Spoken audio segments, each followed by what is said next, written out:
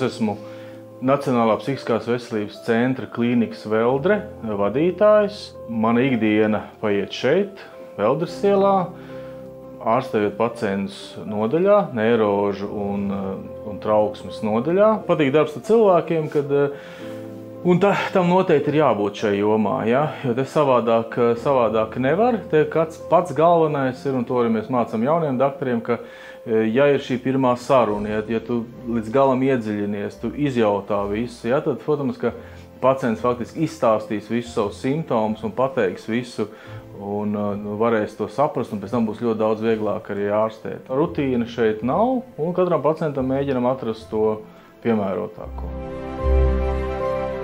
Es esmu maksimālists, man gribās katram palīdzēt. Es eju ar domu, ka tas mērķis ir palīdzēt līdz galam, ja, tas ir process, kuram ir jābūt arī rezultātam. Nu, tas man liekas, ir svarīgi visur medicīnā. Man droši vien iedvesmo tie rezultāti un tas, ko mēs varam sasniegt un kā mēs cilvēkam varam palīdzēt. Un iedvesmo tas, kā arī attīstās psihiatrija.